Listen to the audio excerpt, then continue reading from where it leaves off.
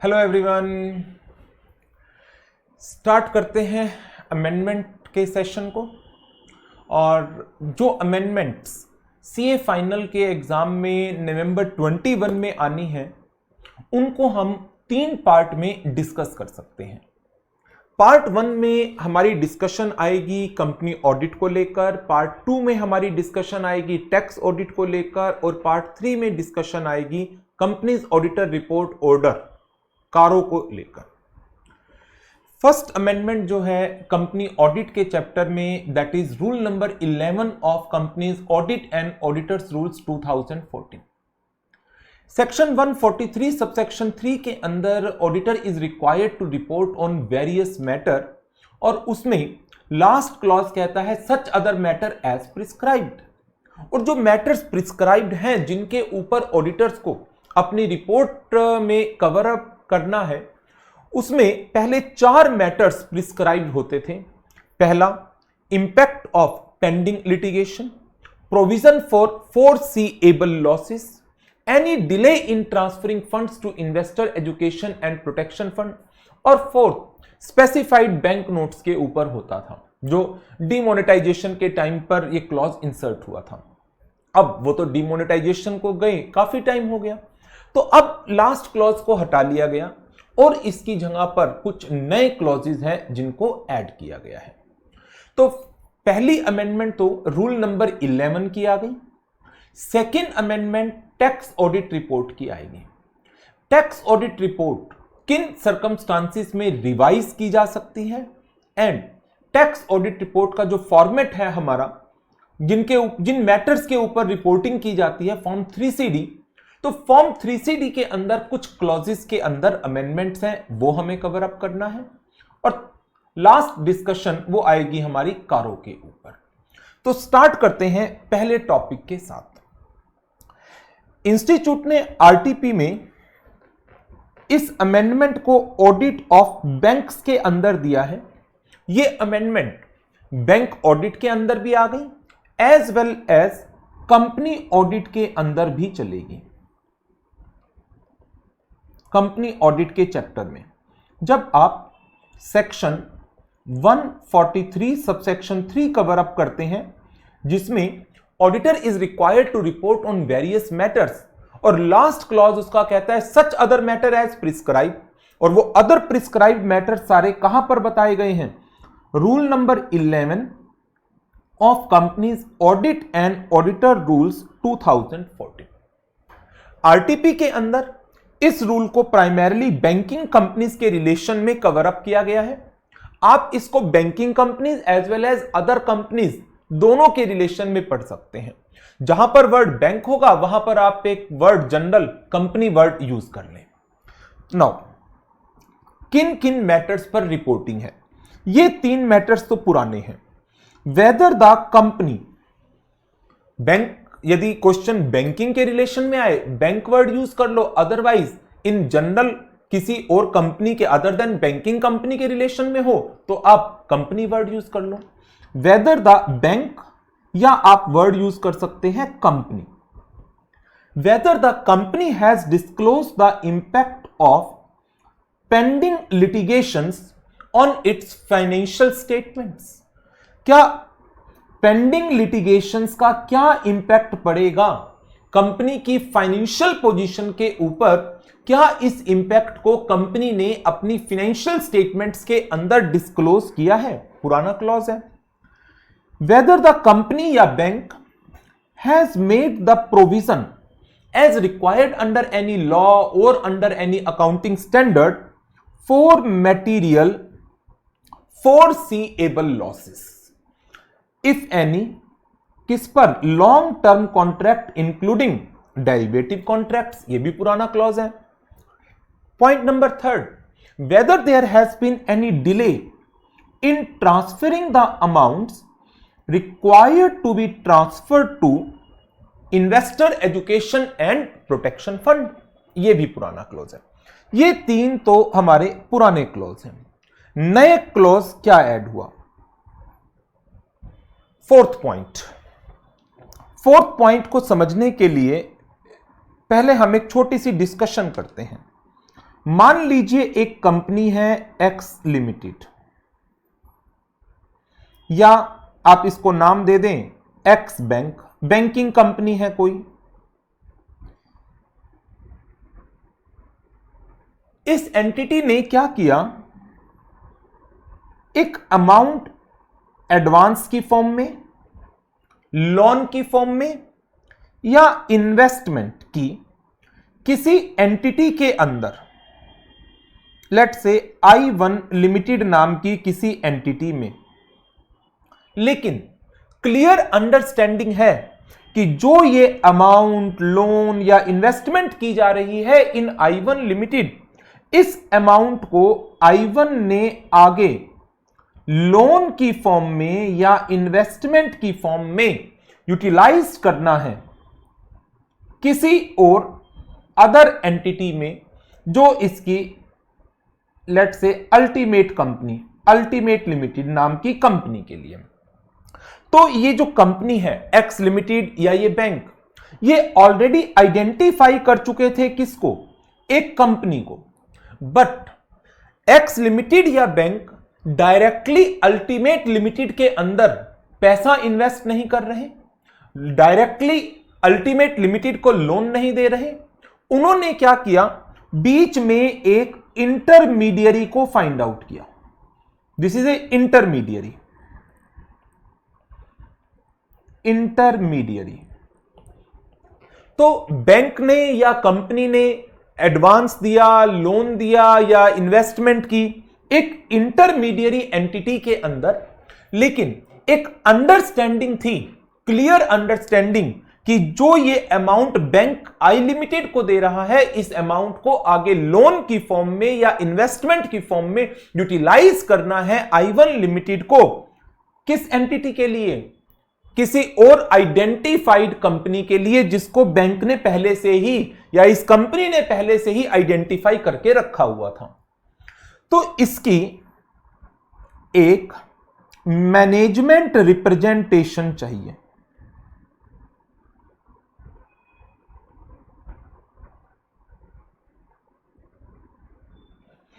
इसकी एक management representation चाहिए कि मैनेजमेंट ने बैंक की या कंपनी की फाइनेंशियल स्टेटमेंट में डिस्क्लोजर दे रखे हैं इन ट्रांजैक्शंस के। इनके अलावा इन जो फाइनेंशियल स्टेटमेंट में जिनके डिस्क्लोजर नहीं है, उनके अलावा बैंक की जो मैनेजमेंट है या कंपनी की जो मैनेजमेंट है रिप्रेजेंटेशन देगी बाकी सारी ट्रांजैक्शंस के। तो अब जरा इस पॉइंट को पढ़िए। वेदर द मैनेजमेंट, किसकी, कंपनी का केस है, कंपनी बैंक का केस है तो बैंक की। Whether the management has represented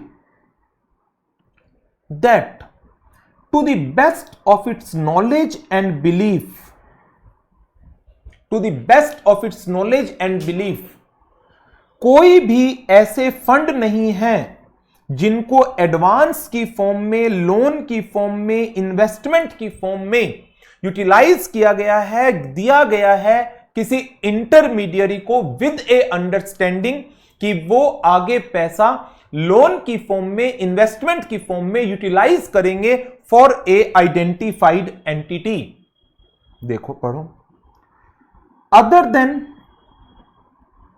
than as disclosed in notes to account, notes to account में जिनका डिस्क्लोजर दे दिया वो तो ठीक है, इसके अलावा कोई और एंटिटी में ऐसी फंडिंग नहीं है।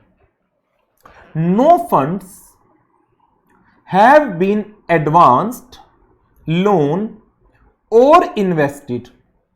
अब ये फंड्स किसके हैं, बैंक के या कंपनी के। ये फंड कोई भी हो सकते हैं, चाहे ये बैंक ने खुद बोरो कर रखा हो या ये शेयर प्रीमियम का पैसा हो, और एनी अदर सोर्स और काइंड ऑफ फंड। तो जब एनी फंड है तो इसका कोई मतलब ही नहीं है कि ये कौन सा फंड है, कोई भी फंड हो सकता है। तो बैंक का, यदि बैंकिंग कंपनी की बात कर रहे हैं, अदर कंपनी की बात कर रहे हैं, तो उस कंपनी का कोई भी फंड इस बैंक ने, यदि बैंकिंग कंपनी है तो, या मैं यहां वर्ड यूज कर सकता हूं बैंक की जगह बाय द कंपनी, यदि आप इन जनरल बात करेंगे तो, to or in any other person or entity including foreign entities। ये लोन, एडवांस या इन्वेस्टमेंट नहीं की गई है किसमें, किसी भी इंटरमीडियरी में, और ये कोई भी पर्सन हो सकता है। टू और in any other person entity including foreign entity, जिसको क्या नाम दिया गया है, इंटरमीडियरीज का नाम दिया गया है। विद द अंडरस्टैंडिंग, वो अंडरस्टैंडिंग चाहे रिटर्न में है या नहीं है, कि ये जो इंटरमीडियरी है ये पैसा लेंड करेगी या इन्वेस्टमेंट करेगी इन अदर पर्सन और एंटिटीज, जिसको ऑलरेडी बैंक आइडेंटिफाई कर चुका था, जिसको क्या नाम दिया मैंने, अल्टीमेट बेनिफिशियरी का, अल्टीमेट बेनिफिशियरी का। या गारंटी नहीं दी गई है, सिक्योरिटी प्रोवाइड नहीं की गई है, और सिमिलर काइंड ऑफ अरेंजमेंट नहीं किया गया है on behalf of the ultimate beneficiaries. So ये पॉइंट क्या कहता है कि मैनेजमेंट से रिप्रेजेंटेशन लीजिए कि जो लोन, एडवांस या इन्वेस्टमेंट नोट्स टू अकाउंट में दिखा रखी है, दैट्स ओके, उनके अलावा कोई और लोन, एडवांस, इन्वेस्टमेंट नहीं है किसी इंटरमीडियरीज में, जहां पर अंडरस्टैंडिंग थी उस इंटरमीडियरी के साथ इधर रिटर्न और अदरवाइज, कि जो पैसा ये बैंक दे रहा है इंटरमीडियरी को, इस पैसे को आगे लोन की फॉर्म में या इन्वेस्टमेंट की फॉर्म में किसी आइडेंटिफाइड कंपनी जो अल्टीमेट बेनिफिशियरी है उसमें देना है। सो एक रिप्रेजेंटेशन आपको मैनेजमेंट से ये लेनी है। अब आते हैं इसके पॉइंट नंबर 2 पर। इसको समझ लो पहले क्या है। मान लीजिए एक एंटिटी है, फंडिंग पार्टी। फंडिंग पार्टी कौन है ये? XINC नाम की कोई एंटिटी है, फॉरेन की कोई कंपनी है। इसने अमाउंट दिया किसको? एक्स लिमिटेड को, जो हमारा क्लाइंट है, या एक्स बैंक को, या एक्स बैंक को। और जो पैसा रिसीव किया गया है, किसने? एक्स लिमिटेड ने या एक्स बैंक ने। ये जो पैसा रिसीव किया, इस पैसे को ये बैंक ईदर डायरेक्टली और इनडायरेक्टली लेंड कर रहा है या इन्वेस्ट कर रहा है किसी अल्टीमेट बेनिफिशियरी में, जिसको किसने आइडेंटिफाई कर रखा होगा? सोचकर देखो। एक एग्जाम्पल मेरा ये था ऊपर वाला, जहां पर पैसा एक्स लिमिटेड ने या एक्स बैंक ने दिया था किसी इंटरमीडियरी को। अब किसी फंडिंग पार्टी ने पैसा एक्स लिमिटेड को दिया और या बैंक को दिया, और बैंक ने ये पैसा आगे किसी अल्टीमेट बेनिफिशियरी को दे दिया। तो जैसे पहले वाले एग्जाम्पल में ये फंड किसके थे? एक्स लिमिटेड के या एक्स बैंक के। इस केस में ये फंड्स किसके हैं? एक फंडिंग पार्टी के हैं। तो जो अल्टीमेट बेनिफिशियरी है, पहले वाले एग्जाम्पल में किसने आइडेंटिफाई की थी ये अल्टीमेट बेनिफिशियरी? बैंक ने या एक्स लिमिटेड ने। लेकिन दूसरे एग्जाम्पल में ये अल्टीमेट बेनिफिशियरी किसने आइडेंटिफाई कर रखी है? फंडिंग पार्टी ने। तो funding party directly beneficiary company को पैसा नहीं दे रही, रादर उन्होंने क्या किया? पहले ये पैसा किसको दिया? किसी बैंक को या कंपनी को, और उनके साथ एक अंडरस्टैंडिंग कर ली। और वो अंडरस्टैंडिंग क्या थी? कि आप इस पैसे को लेंड करेंगे या इन्वेस्ट करेंगे किसमें? एक अल्टीमेट बेनिफिशियरी के अंदर। और ये पैसा किसके बिहाफ पर इन्वेस्टमेंट होगी? On the behalf of this funding party. So second point, representation लेनी है। Whether the management has represented that to the best of its knowledge and belief, other than as disclosed in the notes to the accounts, no fund have been received by bank। यदि आप banking company की audit कर रहे हैं, और word क्या आ जाएगा? Company. From any person entity including foreign entity. ये कौन है? Funding party. With the understanding may be in written or otherwise, that bank shall directly or indirectly lend or invest in other person और entities जिसको identify किया गया है in any manner whatsoever by whom, by the funding party, by the funding party. तो ये entity कौन है? Ultimate beneficiary. और प्रोवाइड एनी गारंटी, सिक्योरिटी और like on behalf of the ultimate beneficiary. Means ये यूजर हैं इस फंड के, ये इस फंड के प्रोवाइडर हैं, फंड के प्रोवाइडर, और ये बीच में जो पर्सन है ये एक रूट दे रहे हैं, एक पैसेज दे रहे हैं इस फंड को ले जाने का आगे। ये दो पॉइंट है हमारे पॉइंट नंबर 4 के अंदर। रिप्रेजेंटेशंस हमने लेनी है और इसी के रिलेशन में जो ये रिप्रेजेंटेशन ली गई based on such audit procedures, that is what management representation का प्रोसीजर फॉलो करेंगे हम, ऐसे 580 written representation that auditor has considered reasonable and appropriate, that nothing has came to their notice that has caused them to believe कि जो representation दी गई है by the management they contain any material misstatement। तो इसमें कौन सा procedure लगेगा?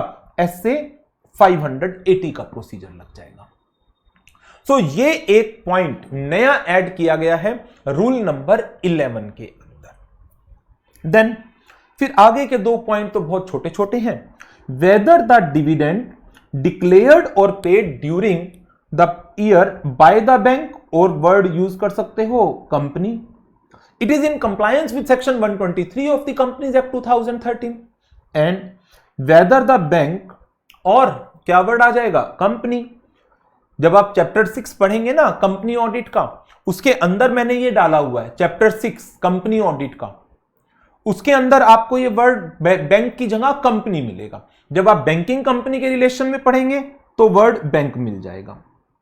इन respect of the financial year commencing on और after 1 April 2022 has used such accounting software for maintaining its books of account which has the feature of recording the audit trail facility.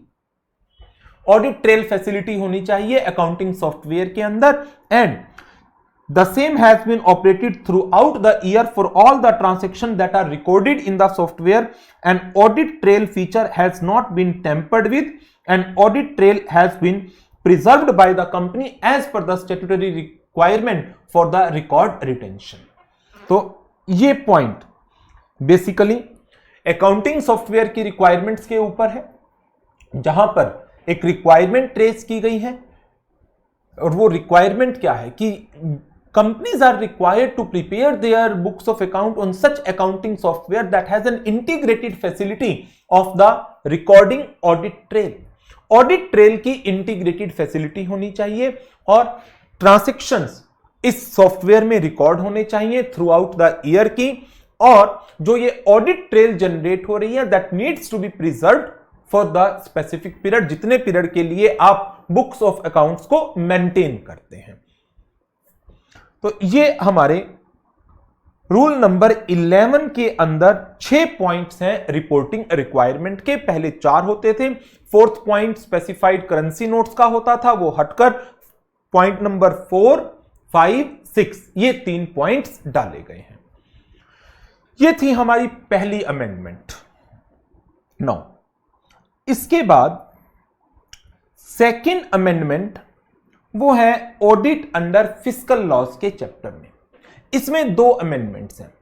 एक amendment है हमारी revision of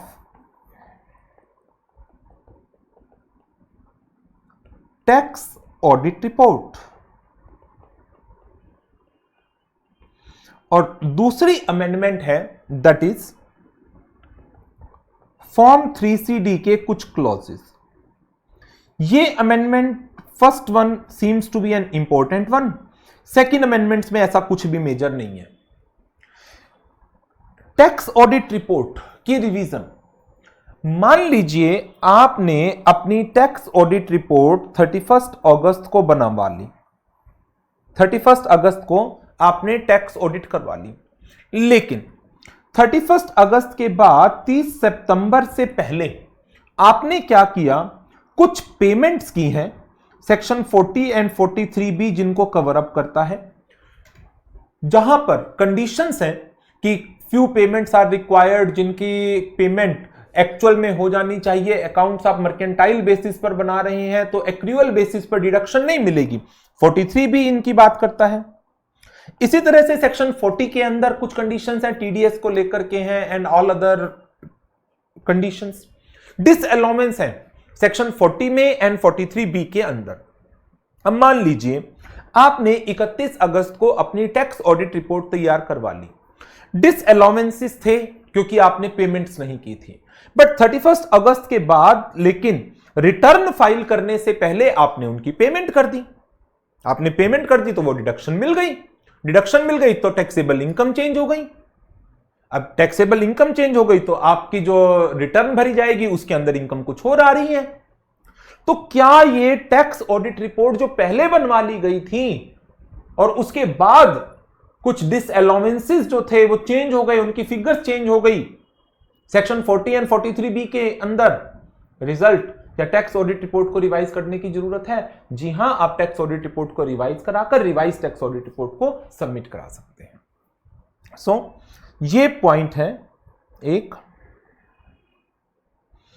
notification number 28/2021 dated 1 April 21, CBDT ने इस notification के through rule number 6G को amend किया और provision दिया that audit report furnished may be revised by the person by getting the revised report of audit from the chartered accountant duly signed and verified by such chartered accountant.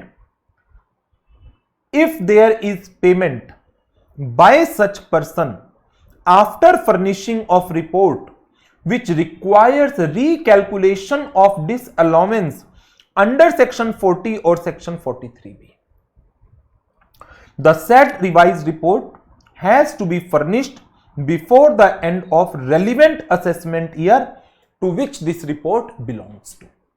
तो एक तो provision हमारा आ गया, क्या tax audit report revise की जा सकती है, यदि हां तो किस सिचुएशन के अंदर? रूल 6G की अमेंडमेंट आ गई है हमारी। इसके अलावा जो और चेंजेस किए गए हैं वो चेंजेस हैं फॉर्म नंबर 3CD के। फॉर्म 3CD के जो मेजर चेंज किए गए हैं वो जो ऑल्टरनेटिव टैक्स रेजिम है उसके कारण है। जैसे क्लॉज नंबर 8A, इसके अंदर पहले सिर्फ ये 2 सेक्शन लिखे हुए होते थे, अब ये 3 नए सेक्शन और लिख दिए गए। ये है क्या? यदि आप लिखना चाहें तो लिख लें 115BA, ये ऑल्टरनेट टैक्स स्ट्रक्चर प्रोवाइड करता है इन respect of certain manufacturing domestic companies, जहां पर इनको एक ऑप्शन दी गई थी उन कंपनीज को जो 1 अप्रैल 2017 से अप्लाई हुई थी कि वो 25% के ऊपर अपनी टैक्स लायबिलिटी को कंप्यूट कर सकते हैं। देन सेक्शन 115BAA, इसके अंदर टैक्स रेट बताया गया in case of certain domestic companies, they can on and after 1 April 2020 can pay the tax at the rate of 22% subject to the condition as specified under section 115BAA। फिर 115BA भी आ गया, इसके अंदर tax बताया गया in case of new manufacturing domestic companies, subject to some conditions they can pay the tax liability at the rate of 15% only. 115BAC alternative tax regime आ गया in relation to individuals and HUF, जहां पर without claiming any exemption और deduction जो tax rate थे उनको relax किया गया। ओके, 115BAD टैक्स आ गई in relation to resident cooperative societies, they can opt the tax liability at the rate of 22% on and after 1st April 2021. तो ये जो 5 ऑल्टरनेटिव टैक्स रेजिम है, तो क्या एसएससी इन ऑल्टरनेटिव टैक्स को opt कर रहा है? पहले इसके अंदर 2 क्लॉज थे, 2 सेक्शन थे, अब 3 सेक्शन और बढ़ा दिए गए। As such exam point of view से कोई इंपॉर्टेंट क्लॉज नहीं है। नेक्स्ट, अच्छा मैं पहले आपको इसी के रिलेशन में क्लॉज 18 करा देता हूं एंड क्लॉज 32 करा देता हूं। क्लॉज 32 देखो पहले तो, क्लॉज 32 में क्या चेंज किया गया? क्लॉज 32 के अंदर भी पहले BAA तक के डिसअलाउमेंस लॉसेस और अलाउंसेस थे जो अलाउड नहीं किए गए। जब हम कह रहे हैं कि ये 5 ऑल्टरनेटिव टैक्स रेजिम है जिसके अंदर लोअर टैक्स रेट का बेनिफिट प्रोवाइड किया गया है but subject to some conditions, और वो कंडीशंस क्या हैं कि जो डिडक्शंस हैं अंडर वेरियस सेक्शंस उनका बेनिफिट नहीं मिलेगा, जो लॉसेस का सेट ऑफ है उसका कैरी फॉरवर्ड है उसके बेनिफिट नहीं मिलेंगे। तो जब आप क्लॉज 32 पढ़ते हैं तो इसके अंदर भी हम ब्रॉट फॉरवर्ड लॉसेस और डेप्रिसिएशन अलाउंसेस उनकी डिटेल देते हैं। तो यहां पर ऑल लॉसेस और allowances that are not allowed under section 115 BAA, अब ये 2 सेक्शन और ऐड कर दिए गए, BAC and BAD। Amount as adjusted by withdrawal of additional depreciation on account of opting for taxation under section 115 BAC and BAD। ये सिर्फ assessment year 21-22 के लिए आएगा जो एडिशनल डेप्रिसिएशन विड्रॉ किया गया है। तो इनकी डिटेल में मैं ज्यादा और नहीं जा रहा, बेसिक क्या है मैंने आपको बता दिया, बाकी इनकी डिटेल आप डायरेक्ट टैक्सेस के अंदर कवर अप करते ही हैं पेपर नंबर 7 में। सो बेस्ड अपॉन दिस कि जो ये नए टैक्सेशन रेट्स आए थे BAC का, BAD का, उनको रिपोर्ट के अंदर कवर अप करने के लिए फॉर्म 3CD में चेंज किए गए। क्लॉज नंबर 8A में पहले ये 2 सेक्शन होते थे, अब ये तीनों सेक्शन और ऐड कर दिए गए। क्लॉज नंबर 32 के अंदर जहां पर हम brought forward losses, depreciation allowances की डिटेल देते थे, वहां पर ऑल लॉसेस और अलाउंसेस जो सेक्शन 115 BAC और BAD में अलाउड नहीं है वो सारे आएंगे। BAA तो पहले भी था।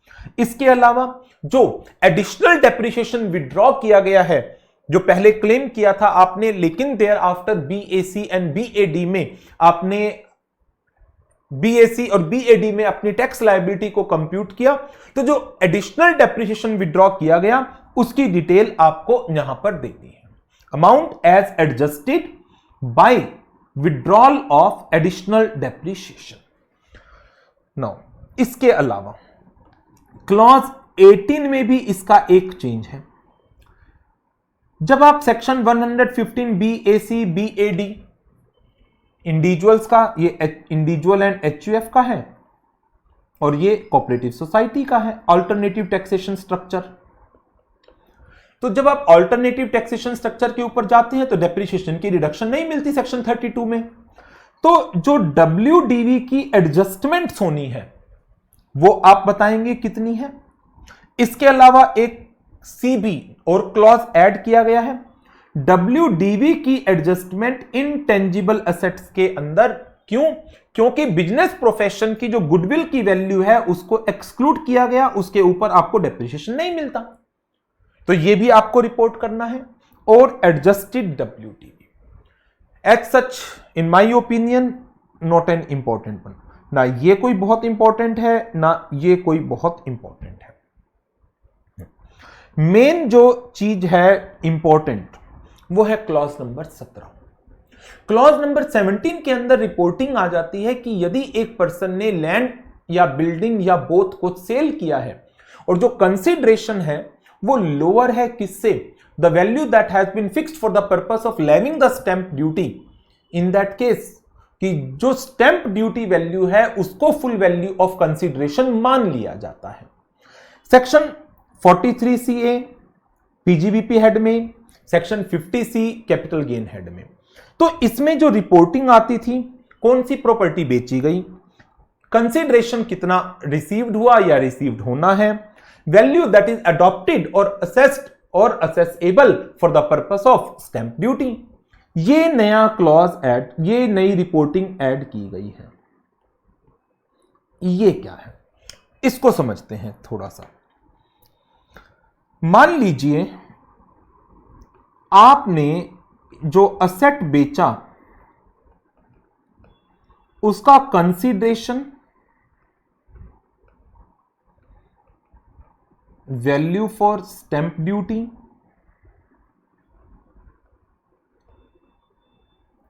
Full value of consideration.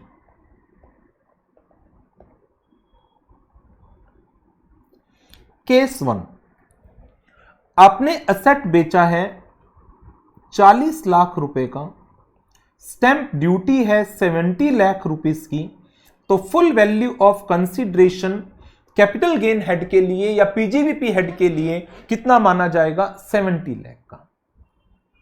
दूसरा केस, आपने असेट बेचा 60 लाख का, वैल्यू जो स्टैंप ड्यूटी के लिए फिक्स थी that was 65 lakh, then what will be the full value of consideration. यदि आपको सेक्शन 43CA सेक्शन 56 के प्रोविजन का पता हो, यदि स्टैंप ड्यूटी वैल्यू एक्सीड नहीं करती 110% of the consideration, consideration 60 lakh, उसका 110% वो बनता है 66 लाख। तो यदि स्टैंप ड्यूटी वैल्यू एक्सीड नहीं करती है 110% ऑफ कंसीडरेशन, तो जो एक्चुअल कंसीडरेशन है वही क्या बनेगा, फुल वैल्यू ऑफ कंसीडरेशन। लेकिन मान लीजिए कंसीडरेशन था 60 लाख का और स्टैंप ड्यूटी की वैल्यू थी 66.1 लाख, 66.1 लाख, इसका 110% कितना बना, 60 लाख का 110% बन गया 66 लाख।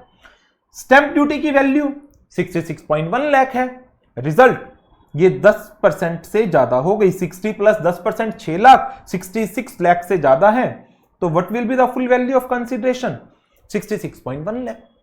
ये तो हो गई पुरानी बातें, ये तो सब ऑलरेडी हमने पढ़ा हुआ है, पुरानी चीजें हैं। लेकिन अब यदि ये जो असेट है ये एक रेजिडेंशियल यूनिट है, transfer is by way of allotment, allotment first time allotment का केस है, और वैल्यू 2 करोड़ से एक्सीड नहीं कर रही, 2 करोड़ से एक्सीड नहीं कर रही, देन यदि ये वैल्यू 60 लाख है और ये वैल्यू 70 लाख भी है, तब भी full value of consideration 60 lakh ही बनेगा। Reason, concept of 120% applicable, concept of 120% applicable. ऊपर वाले तीनों एग्जाम्पल 110% के थे, ये नया पॉइंट है फोर्थ पॉइंट 120% का, और यही कहां लिखा गया है, सेक्शन 43C के सब सेक्शन 1 का फर्स्ट प्रोवाइजो जो है वो 10% की बात करता है, सेकंड प्रोवाइजो जो है वो 20%, 120% की बात करता है। सो ये रिपोर्टिंग एडिशनल आ गई, whether provisions of second proviso of sub section 1 of section 43CA या fourth proviso to clause 10 of subsection 2 of section 56 applicable है। रेजिडेंशियल यूनिट है, transfer is by way of first time allotment, जो value है 2 crore cross नहीं कर रही। In that case यदि stamp duty value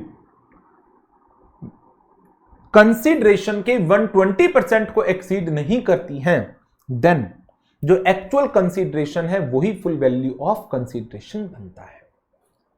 तो ये आपको और एडिशनल रिपोर्ट करना है क्लॉज नंबर 17 के अंदर। तो ये थे हमारे क्लॉज 17 की चेंज। इसके अलावा क्लॉज 36 जो डिविडेंड वाला है उसको ओमिट कर दिया गया, अब आप उसको छोड़ दीजिए। ये फॉर्म 3CD के चेंजेस हैं जिनका आपको ध्यान रखना है। एग्जाम में क्लॉज 36 पर अब क्वेश्चन आएगा ही नहीं। ऑल्टरनेटिव टैक्स रेजिम के अंदर क्लॉज 8A, क्लॉज 18, क्लॉज 32 मुझे नहीं लगता क्वेश्चन बनाया जाएगा। हां, क्लॉज 17 पर क्वेश्चन बन सकता है। तो ये अमेंडमेंट्स थी हमारी ऑडिट अंडर फिस्कल लॉज की। नो, इसके बाद थर्ड पार्ट जो हमें डिस्कस करना है दैट इज इंस्टीट्यूट ने 4 चैप्टर्स के लिंक दिए हैं, 4 चैप्टर्स रिवाइज करे हैं। ये चारों चैप्टर्स के अंदर जो मेजर सिग्निफिकेंट चेंज है वो है ये स्टडी मटेरियल जब रिलीज किया गया था लास्ट ईयर तो इसमें कारो 2020 के प्रोविजंस दिए गए थे, लेकिन बाद में कारो 2020 की एप्लीकेबिलिटी डेट 1 साल के लिए डेफर हो गई और जब वो डेफर हुई एग्जाम के लिए कारो 2016 एप्लीकेबल हुआ, but study material institute release कर चुका था कारो 2020 के बेसिस पर। तो इन चैप्टर्स को इंस्टीट्यूट ने कारो 2020 से चेंज करके कारो 2016 करके वापस रिलीज किया है। तो ये चेंजेस कारो के हैं इन 4 चैप्टर्स के अंदर। So this is all about the amendments that are applicable for November 2021 exams. बहुत थोड़ी सी अमेंडमेंट्स हैं। अमेंडमेंट पिछली बार की ज्यादा सिग्निफिकेंट थी, बट इस अटेम्प्ट के लिए हम बात करें तो बहुत थोड़ी सी अमेंडमेंट्स हैं। राइट, सो इस सेशन को करते हैं ओवर। अच्छी तरह से तैयारी करिएगा और एग्जाम के लिए एक चीज जो सबसे ज्यादा जरूरी है वो है कि एग्जाम टाइम पर आपका एक कॉन्फिडेंस होना चाहिए कि आप क्वेश्चन को पढ़ें तो आप समझ पाएं क्वेश्चन की रिक्वायरमेंट क्या है और उसके बेस पर आप अपने आंसर्स को फ्रेम करके अपनी आंसर शीट में लिख सकें। तो उसकी प्राइम रिक्वायरमेंट क्या है कि वो कॉन्फिडेंस कैसे डेवलप होगा सब्जेक्ट के ऊपर। तो इसमें एक काम जरूर करिएगा, रिटन प्रैक्टिस। जो भी टॉपिक आप कवर अप कर रहे हैं उस टॉपिक के 2-3 क्वेश्चन रैंडम बेसिस पर सिलेक्ट कर लो और उन क्वेश्चंस के आंसर की रिटन प्रैक्टिस करो। इनिशियली आप वही प्रॉब्लम जो एग्जाम में फेस करते हैं ना, वही सेम प्रॉब्लम आप फेस करेंगे जब आप पूरे चैप्टर को पढ़ने के बाद उसके क्वेश्चन की रिटन प्रैक्टिस पर जाओगे। जब पहली बार इस प्रॉब्लम को फेस करोगे कोई बात नहीं, जो क्वेश्चन बैंक आपके पास है उसमें से आंसर को देखो और लिखो। कॉपी कर रहे हो आप सिर्फ। अब आप कहोगे इस कॉपी से क्या फायदा है? आपको रिटन प्रैक्टिस होगी और थोड़ा आइडिया लगेगा कि आंसर में लिखना क्या क्या होता है। जैसे जैसे ये प्रैक्टिस आपकी बढ़ती चली जाएगी एक कॉन्फिडेंस क्रिएट होता चला जाएगा और आप बहुत जल्दी उस पोजीशन पर पहुंच जाओगे जहां पर आप इंस्टेड ऑफ कॉपी कॉन्सेप्ट को अपने माइंड के बेसिस पर ड्राफ्ट करके आप अपनी आंसर शीट में लिख पाओगे। तो इनिशियल स्टेजेस में 5, 10, 15, 20 क्वेश्चन बेशक कॉपी कर लो, देखकर लिखो। देयर आफ्टर आप रिटन प्रैक्टिस करिएगा मेमोरी बेस पर। जितना आपने लर्न किया है, जितना आपने माइंड में रिटेन किया है, उसके बेसिस पर आप अपनी रिटन प्रैक्टिस को स्टार्ट करिएगा। और ये प्रैक्टिस आई बिलीव आपका कॉन्फिडेंस लेवल इतना बूस्ट अप करेगी कि जब एग्जाम में आप क्वेश्चन पेपर आपके सामने होगा तो आप आराम से क्वेश्चन की रिक्वायरमेंट को आइडेंटिफाई करके अपने आंसर्स की प्रॉपर फ्रेमिंग करके आंसर शीट में लिख पाओगे। ठीक है, wish you all the best. Thank you very much and good bye.